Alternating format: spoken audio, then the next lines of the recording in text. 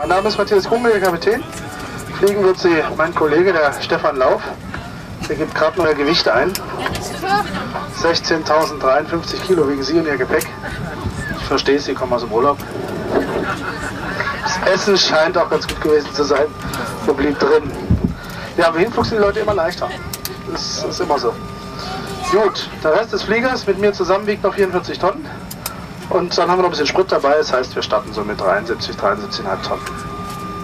Wenn wir das schaffen, schieben wir ja gleich zurück, lassen die Triebwerke an, rollen an den südlichsten Punkt ihrer Reise, geben Gas und fliegen nach Hause. Der Flug sollte ruhig sein, bis kurz vor Deutschland. Im westlichen Europa kocht die Wetterküche. Schauen wir mal. Gucken Sie noch in die Sonne, jetzt ist sie schon mittlerweile untergegangen. Wir werden es leider auch nicht schaffen, sie nochmal einzuholen, dass sie nochmal aufgeht.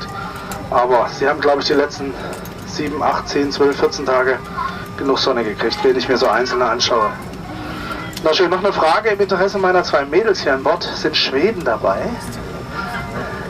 Nein, meine Kollegin schwärmte so für den Chippendales, wo sie letzte Woche war.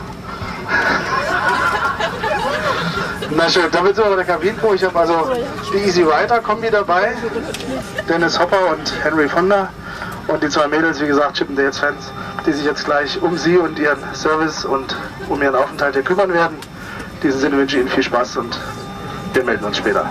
Vielen Dank.